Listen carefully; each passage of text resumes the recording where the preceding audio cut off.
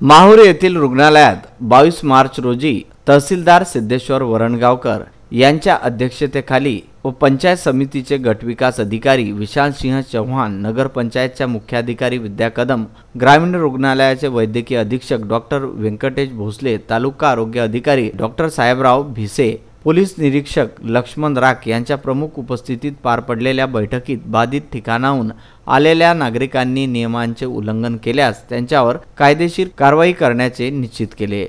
Corona विषाणूचा प्रादुर्भाव टाळण्यासाठी प्रशासनाने आता कठोर भूमिका घेतली असून पुणे, मुंबई, नागपूर, ठाणे, यवतमाळ आदी बाधित ठिकाणासह परराज्य व परदेशातून आलेल्या नागरिकांनी कोरोना विषाणूची लागण होऊ नये म्हणून आपल्या स्वतःच्या घरामध्ये वेगळे राहावे, किमान 14 दिवसपर्यंत घराबाहेर पडू नये।